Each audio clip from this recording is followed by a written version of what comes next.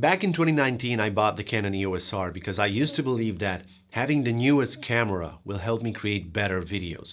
But after 3 years, is this camera too old for what it can do? The short answer is it all comes down to what are you using it for. For the long answer, stick with me because I found 3 main categories of people who are the perfect candidates for the Canon EOS R. So, like any content creator, I was very attracted in this trap of always updating my gear, and 2019 was a point where I was attracted by mirrorless cameras. But I forgot one thing. I forgot who I was at that point.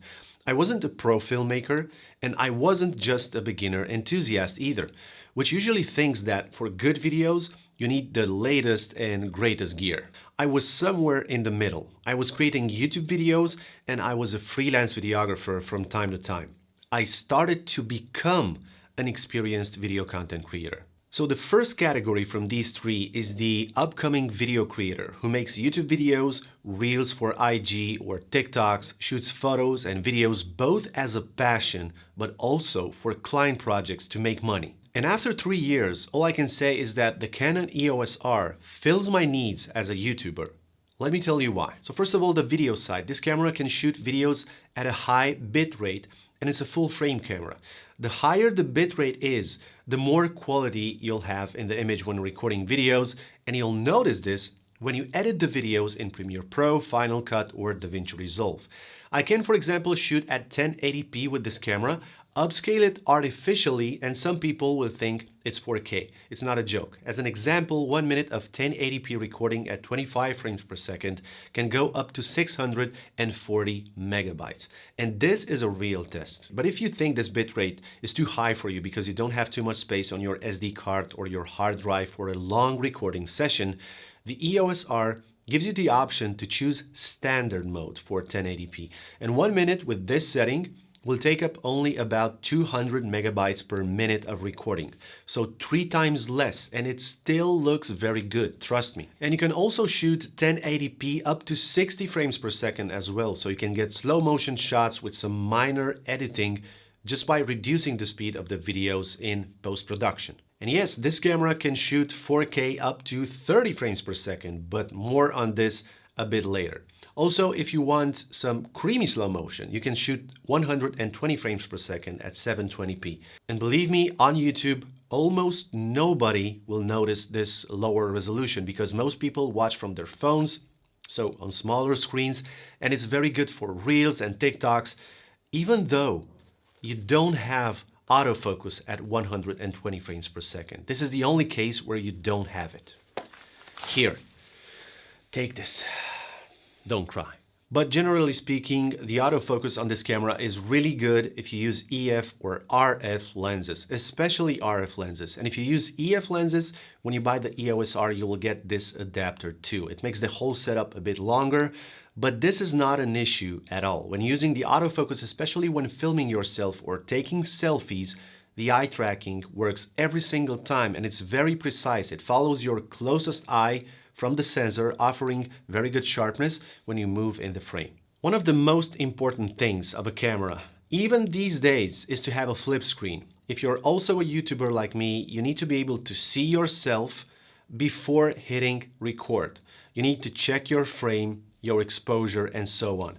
The histogram is very helpful in this case, and the easiest way to nail a good exposure is to have this so-called mountain somewhere between the middle section of the graph and the far right. This is the easiest way to explain it without going very deep into the rabbit hole regarding exposure. However, I have a video on my channel about this if you're interested. But what you need to avoid is to have your histogram like this, which means you are overexposed, or like this, which means you're underexposed. The Canon EOS R has a microphone input as well, and this is very important. I can't stress this enough. Having the option to plug in an external microphone is paradise. In 2022, people will click away from your videos if they cannot hear you decently. Can you trust me on this? Okay, now let's say you want to use this camera for photos, for fun, for clients, or for YouTube thumbnails, right? This camera is amazing at capturing photos. It has a 30.3 megapixel sensor, so you have plenty of space to crop. You can shoot images in RAW format because you can edit them better in post-production. especially when working for a paid project and you need the highest quality possible. The EOS R is really a great photography camera. There's something you need to know here. The EOS R doesn't have in-body image stabilization, but it has digital image stabilization. So you have three options in the menu: no IS, medium IS, and heavy IS. Each one of these crops in a little more from your actual image to be able to stabilize your footage. This comes in very handy when you try to record B-roll footage and the lens that you're using doesn't have optical image stabilization. However, the digital IS on the EOS R is not available when taking photos.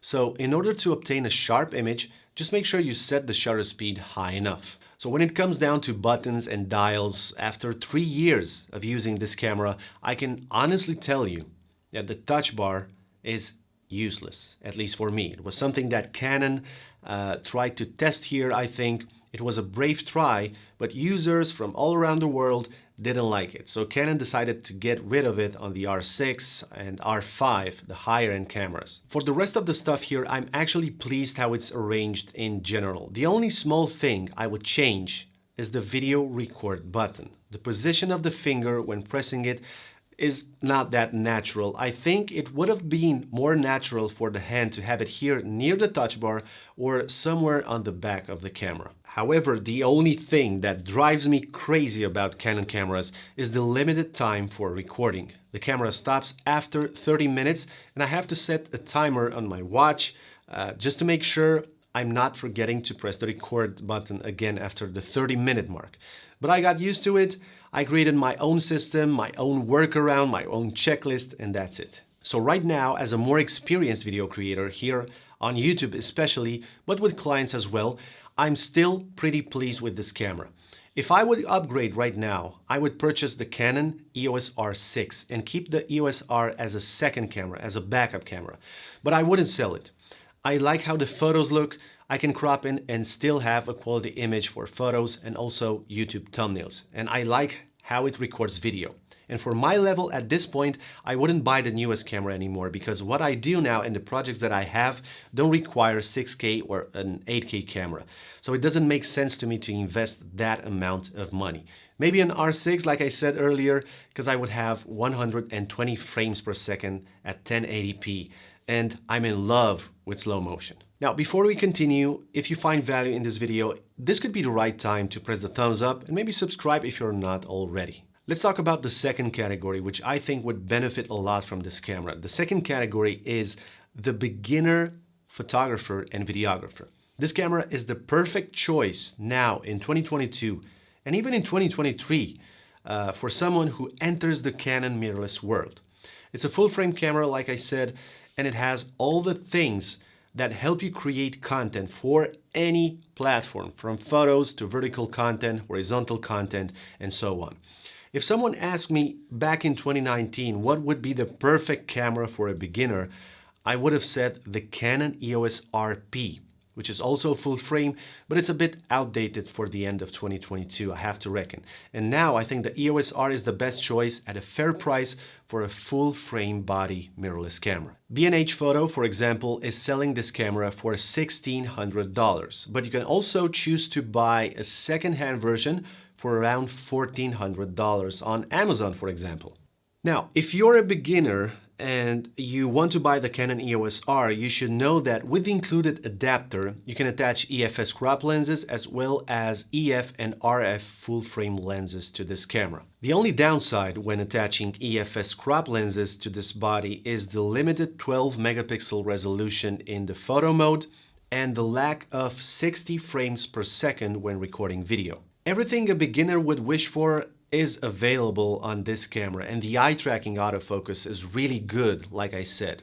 Beginners tend to struggle with the focus, with the autofocus, when in fact they should focus on their composition and exposure, so definitely the autofocus is something strong on this camera for this price. Also, for a beginner, the menus on Canon cameras are simple and easy to understand. If you guys want to buy this camera after watching this video, feel free to use my links below in the description. And now let's get to the third category in the list and talk about the pro filmmakers. Is this camera, the Canon EOS R, still good for a pro level content creator?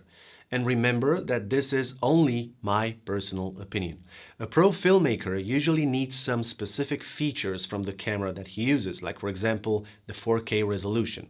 The EOS R can shoot videos up to 4K 30 frames per second, but unfortunately there's a 1.7x crop. So the 4K resolution is there, but if you attach a 35mm lens, for example, multiplied by the 1.7x crop, you'll end up with a 60mm focal length. However, you could turn this to your advantage if you would like a more zoomed in image, or if you want to film something very far away. For example, if you attach the 70 to 200mm lens and you film in 4K at 200mm, in reality, you'll have a 340mm lens. So it truly depends on the situation. Keep this in mind though, if you're using fast panning shots, the rolling shutter in 4K could be a problem for you. The image is bending quite a lot, but if you avoid panning, the 4K works really well. Another thing that pro-level filmmakers need is to record in C-Log, and the EOS R offers this option as well with an 8-bit recording.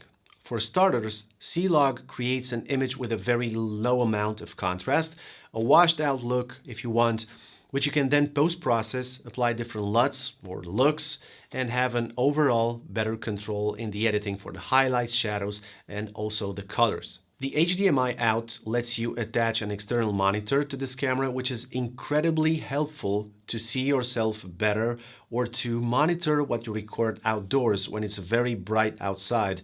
And the small flip screen from the EOS R is too small. Also, if you use an external monitor that could also record footage, like the Atomos Ninja 5, the Canon EOS R can output the image in 10-bit instead of 8-bit, which is a huge advantage in my opinion. Pro filmmakers know that their clients sometimes want the newest and the most fanciest gear in the world for their projects, and for this reason, they could be forced sometimes to buy or to rent that gear.